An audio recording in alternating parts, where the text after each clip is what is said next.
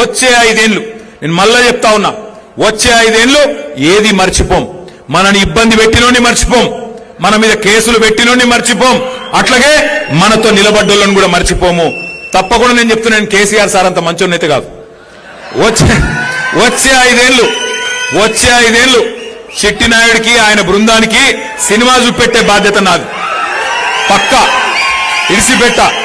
Retire అయినా, పారిపోయినా, సప్త సముద్రాల అవతల దాక్కున్నా, ఎవడెవడైతే మా కార్యకర్తలను సతాయించిండో ఒక్కొక్కరిని లెంకులాడి దేవులాడి తెచ్చి మీ ముంగట నిలబెట్టే బాధ్యత నాది. వదిలిపెట్టే సమస్య లేదు. ఇది నేనేదో ఊరికే చెప్పట్లేదు, గుర్తు పెట్టుకోండి.